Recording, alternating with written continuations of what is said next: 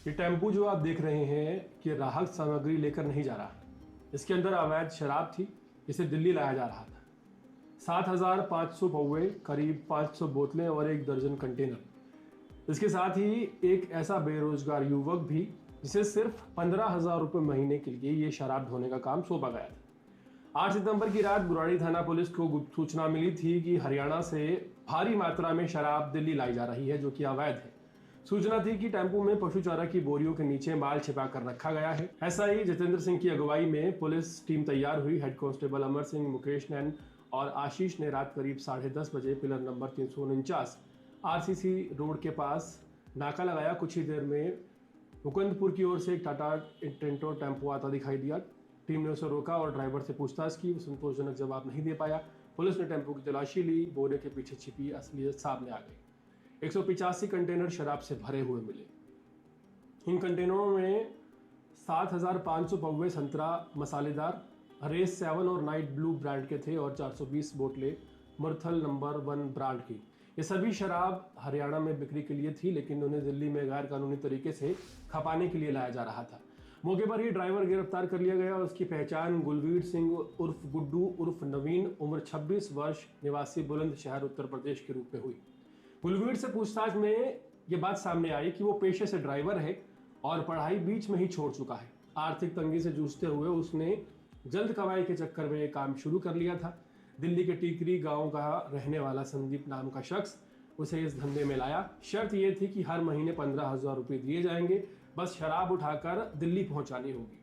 शराब की ये खेप राय सोनीपत से उठाई गई थी और दिल्ली के छोटे बड़े तस्करों तक पहुंचाई जानी थी।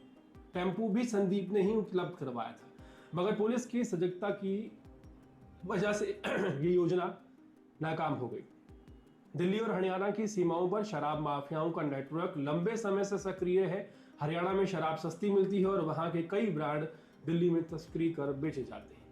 यही वजह है कि इस कारोबार में बेरोजगार और गरीब युवक बड़ी ही आसानी से फंसा लिए जाते हैं। असल सप्लायर खुद को बचा लेता है और छोटे खिलाड़ी कानून के शिकंजे में आ जाते हैं। गुलवीर भी उसी जाल में फंसाया गया। पुलिस ने गुलवीर की निशानदेही पर संदीप को पकड़ने के लिए कई जगह छापे मारे, लेकिन वो फिलहाल फरार चल रहा है।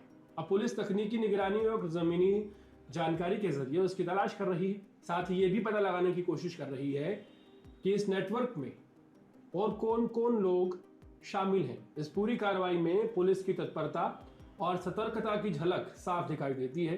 देर रात गश्त करते रहे हर संदिग्ध गाड़ी पर नजर रखना, उसको रोकना, उसकी तलाशी लेना आसान काम नहीं होता। लेकिन बुराड़ी थाना पुलिस ने मौके पर जाल बिछाकर न केवल शराब की इतनी बड़ी खेप जब्त की, बल्कि दिल्ली की गलियों तक उसे पहुंचाने से भी रोक दिया। अगर ये शराब बाजार में पहुंच जाती तो समाज पर उसका असर बेहद खतरनाक होता।